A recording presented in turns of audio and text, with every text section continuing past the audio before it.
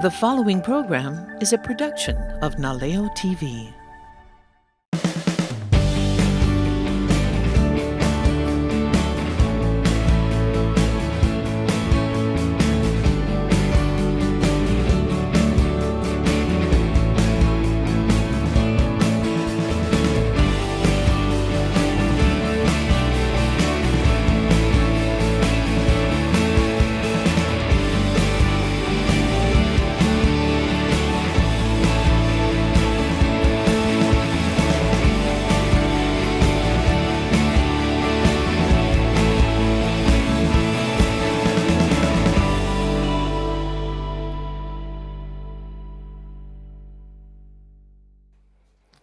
And aloha and happy new year. So this is the start of a brand new year, 2023. Hope you guys had a great holiday season. Hope Santa Claus brought you all the gifts you wanted.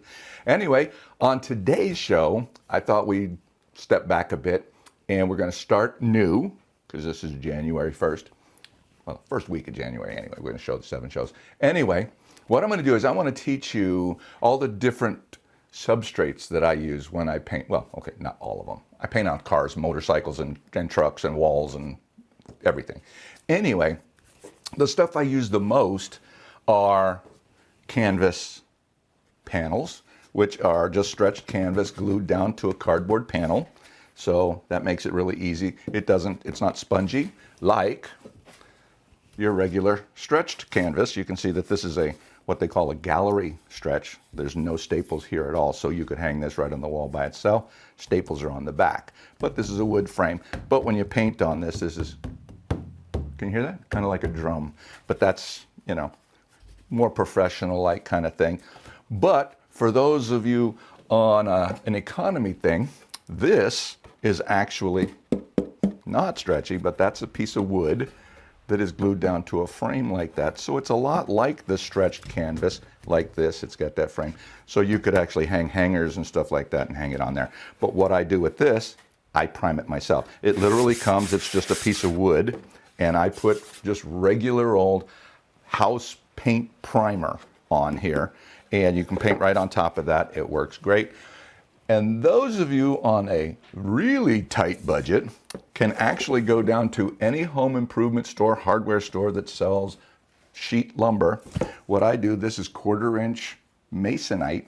You can see this is just a solid piece of wood.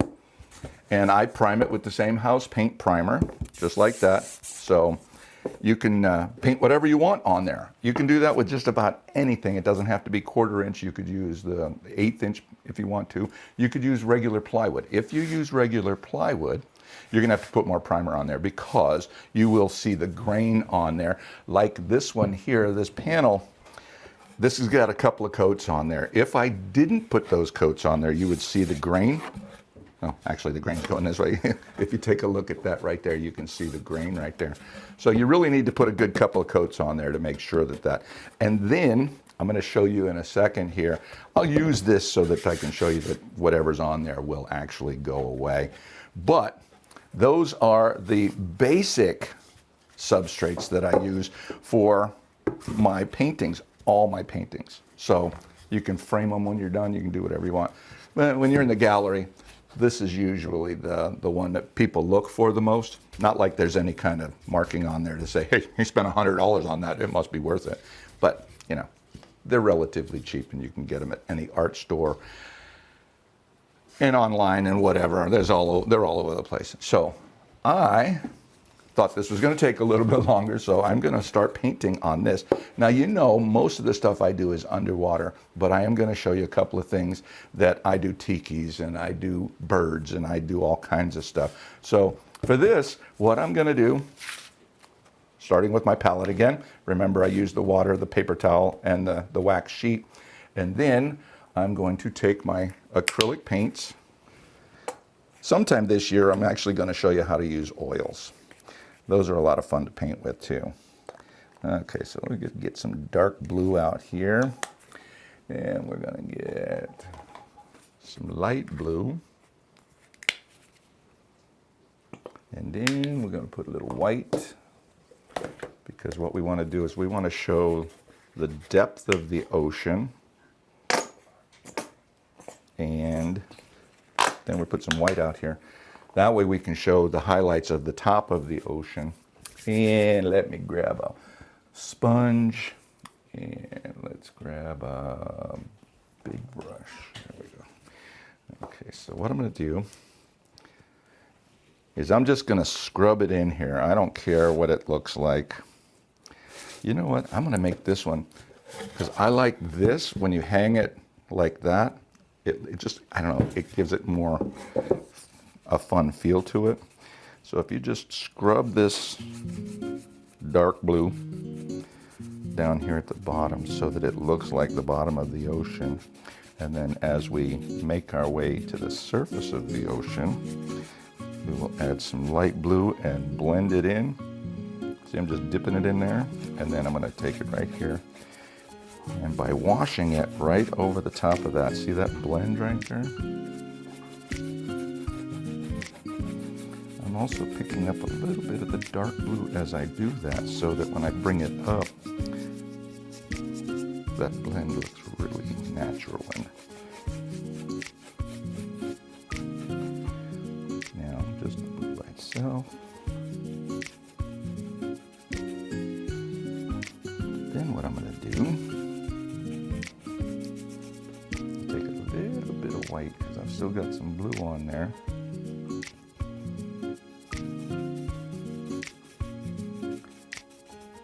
Blend it like that.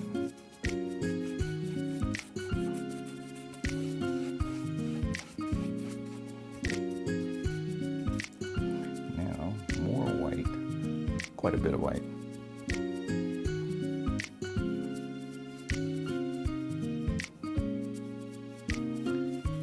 Those white streaks right there, they actually mimic the waves up at the top of the surface there.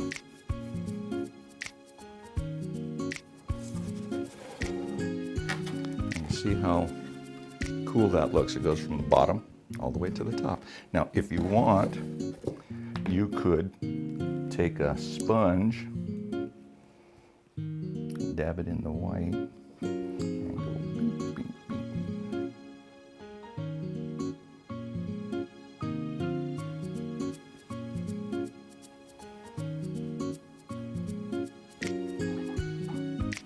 This is going to do is kind of imitate bubbles.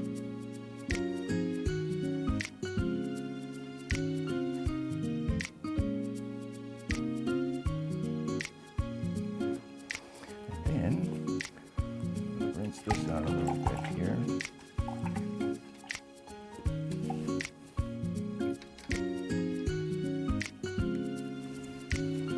then I'm going to blend that. There.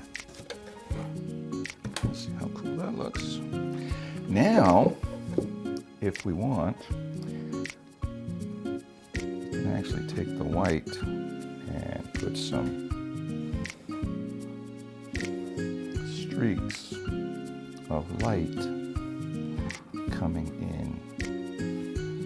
I know what you're thinking. You go, well, that doesn't look like light. It looks stupid. Well, I would agree with you. What I'm going to do now is I'm going to make sure I cleaned it out really good the last time. Nope.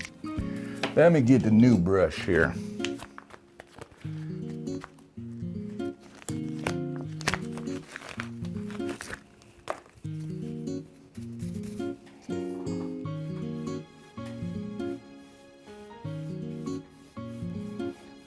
Blending this over like this, it softens it up. It makes it look more like the light coming from the surface. And pull it down like this.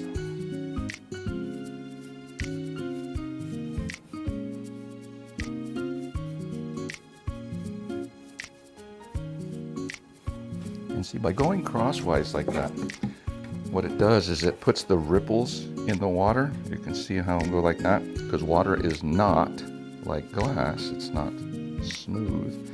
It actually moves. So let's put that down just a little bit.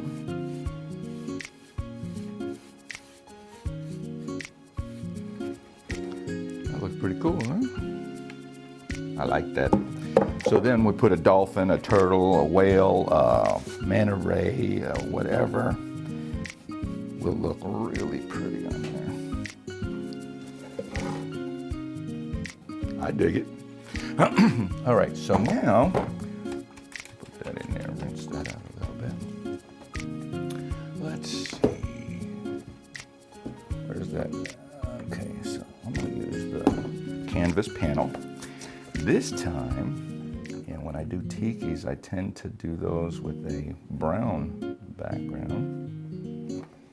So, brown.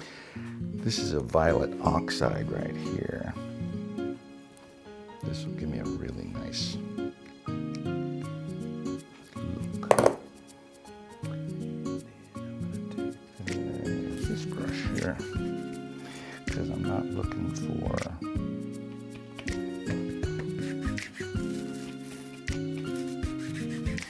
see, by blending the colors together, you get a different color.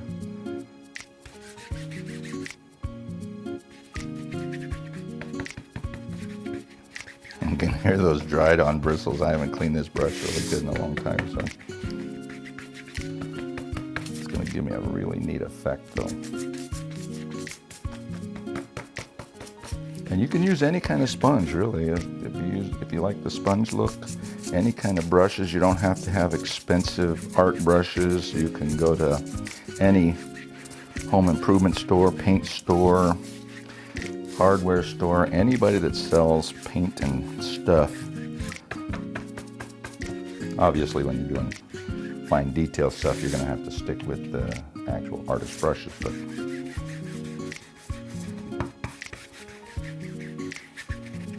so right now, all I'm trying to do is fill in all the crevices of the canvas, and then I will take my sponge and give it that texture that I want. I'm also going to do a Hawaiian bird at some point this year. So I'll be doing a green background for that.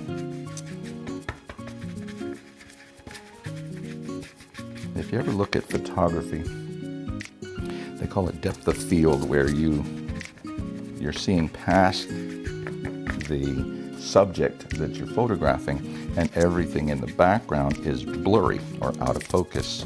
That's what this is simulating here.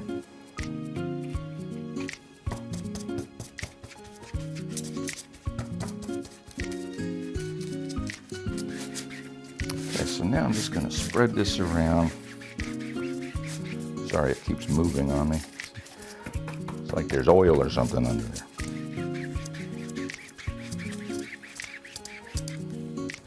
Now see how that looks out of focus? That's what we're going for. Can't tell you where in the world you would find a brown out of focus kind of background, but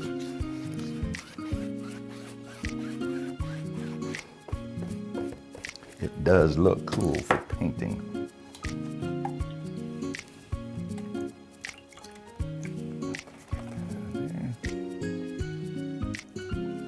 Now what I'm going to do is I'm going to take some more brown.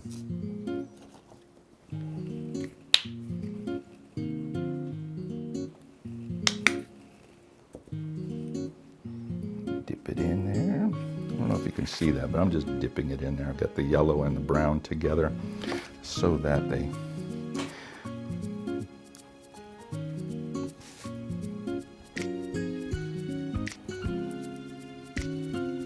see that they look like a bush, but I don't want that to look like that. So just keep taking your sponge and sponge it around until the yellow blends out into the canvas. And you can flip it over where there's no paint to blend it out. And sometimes the sponge will break down a little bit, so just wipe it off. It's no big deal. Grab a little dark brown, mix that in there. When I buy my brushes, my sponges, I'm sorry, I generally buy them in a pack. They usually come several in a bag, different sizes and different shapes and stuff, so that when you're painting with these things, you can use the different ones. I tend to just flip it over so that I don't have any repeating patterns.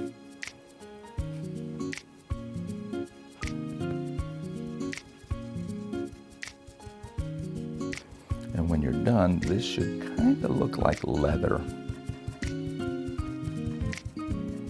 which is one of the things that I really like.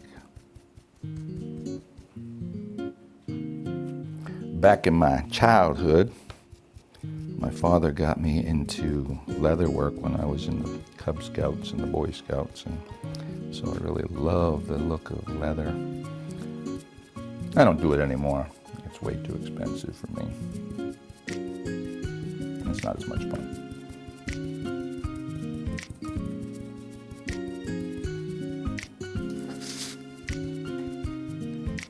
Okay, so now that we got that all sponged on there like that, I'm going to take that blender brush again, kind of wipe the water out of it. Just brush it up. That's way too much water.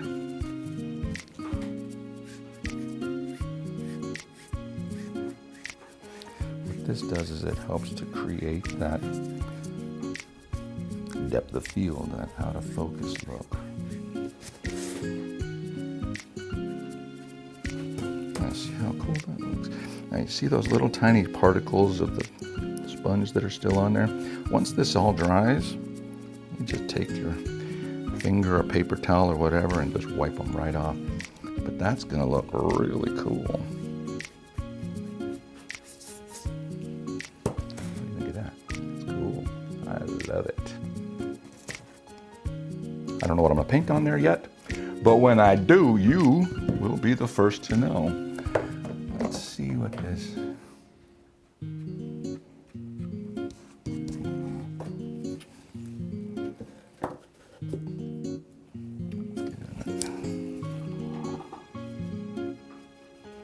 This is not quite dry yet.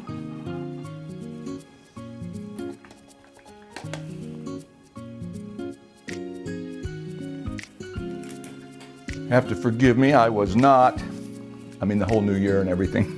Like you, everything was probably crazy last year. And same here.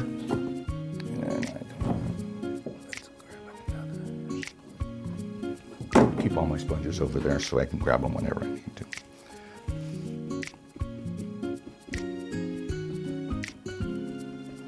I don't know if you watched the show last year, but we did the stuff at the bottom with the coral and everything. So I'm going to do a little bit while this is still wet. Now, when you're doing coral, what you want to do is you want to start with black. You want to create the shadowy areas of it and then build on top of that with your different colors. What that does is it will give you that depth that goes way back there. One other thing you can do to show really far back is, let's take some dark blue. This is a phthalo blue.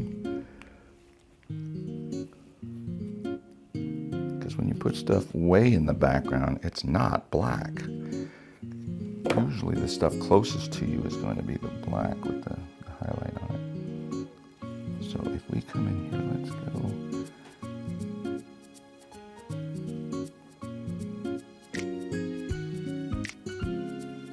I can already see a manta ray swimming right in front of this, so this is going to be cool. Now the other thing I'm going to do is I'm going to fade this down like this. So it fades into the water so we see that way the depths of the ocean here. I'm going to smooth this out. See those repeating patterns that I don't want? Get rid of those.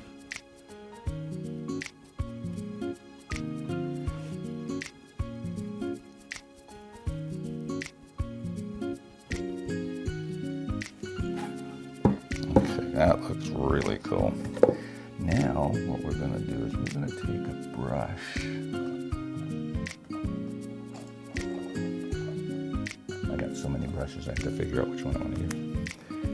Then, okay, since we used brown on the other painting, what I'm gonna do is I'm just gonna take some brown and yellow, and I'm going to make my coral subtle.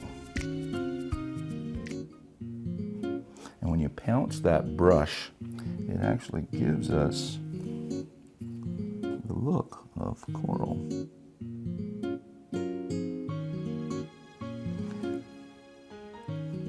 It's a painting, it doesn't have to be perfect either. And you want some of that black under there to show through so we know that it's a shadow under there. Sometimes we're looking into miniature caves, little holes.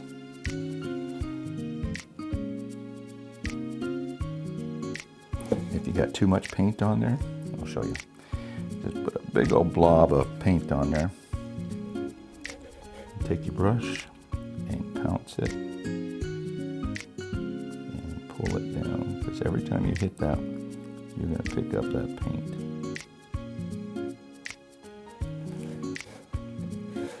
I keep turning it like this because the light's shining right down here, so I can't see it. So when I show you what it looks like, it looks cool. But from here, the light's kind of right, so this is all shiny on me, so I am trying to make it easy for me to see what I'm doing. Hopefully this camera up here is picking up what I'm doing.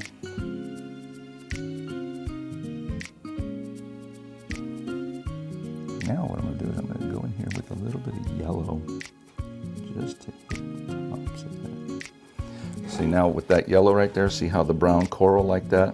Now we're seeing the highlight from the sun coming down on top of it. But what we don't want to do is we don't want to highlight everything. Like down in here, this would be shadowed by the stuff, so we'll leave it like that.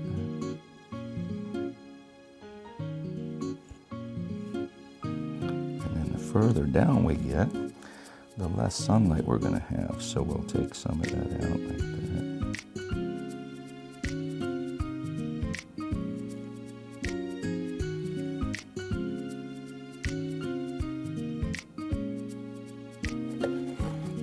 See how subtle that looks? It's not real busy, it's just really pretty. Now what I'm going to do is I'm going to take this off here a little bit.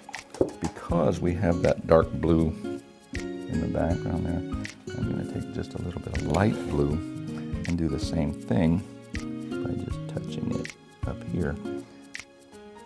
Because this is farther in the back, but it's still close to the top of the surface of the ocean, so when you look at that, you don't have to follow everything. See how I created that little shelf going that way? Look at your painting and see what it sees. Okay, so watch. See how this is sticking out like that? So if we keep this going like this, we create something completely different. I know this is weird. I'm painting upside down.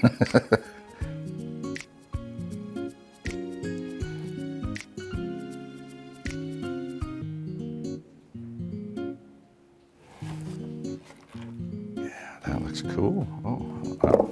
Well, I don't like, well, let me create a little bit different blue. And I'm going to bring that in here like this.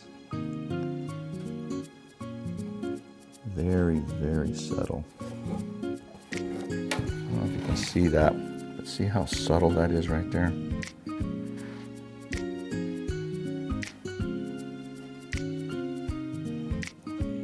I gotta tell you, I can't wait to put a manta ray on there.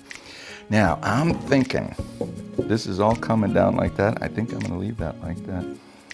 I was thinking about bringing some more background coming down this way here. I don't think I'm gonna.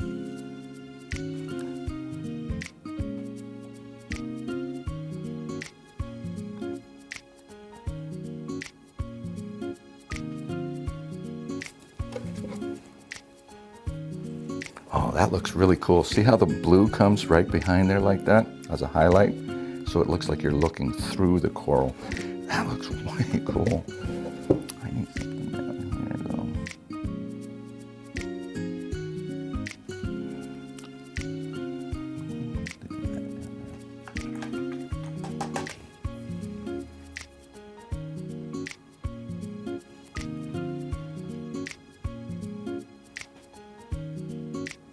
Also notice that I'm turning the brush as I do that so that that prevents that repetitive pattern. Also notice too that the further we get down, the smaller the dots and the shapes are on this coral down here.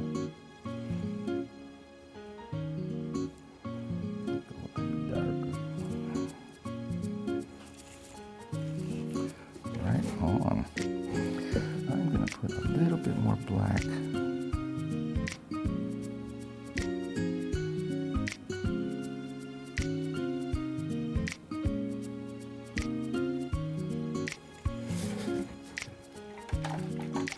Now, I'm going to do something really fun. So I've got a couple minutes left here. So I'm going to take a little bit of black. And I'm going to put a little Bob Ross underwater tree here.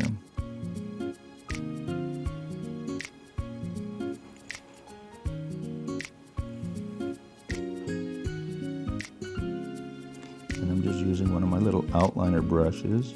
I don't know if you can see what I'm doing there. See how that, it's a type of coral that grows underwater, and it literally branches out. It looks like a tree with no leaves.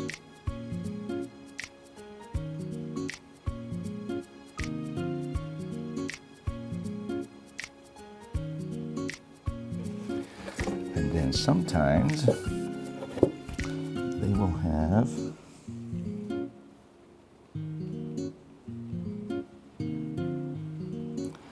little dotted type of growths on them.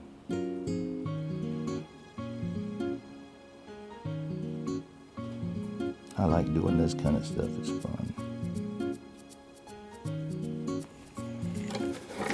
How cool is that? Now you can also do red coral. You can do all kinds of fun stuff. What I recommend you do is get a book, go online, look it up, find some stuff underwater that you really like, that you want to duplicate or whatever. When you look at stuff and you try and figure out how to make it look the way you see it on the thing, don't worry that it doesn't look exactly like something. You're not trying to be photorealistic. All you want it to do is for it to look pretty. If you can do that, then hey, maybe your mom will hang it in her house, or maybe you can give it to somebody and they'll love it, right? Anyway, we are getting real close to the end of the show, so I want to thank you for joining me again. Hopefully you had a great last year, and hopefully you're going to have a great year this year, especially if you join me, especially if you buy some stuff and try and paint along with me. That would be great. So I want to thank you for joining me, and mahalo. Ahui ho.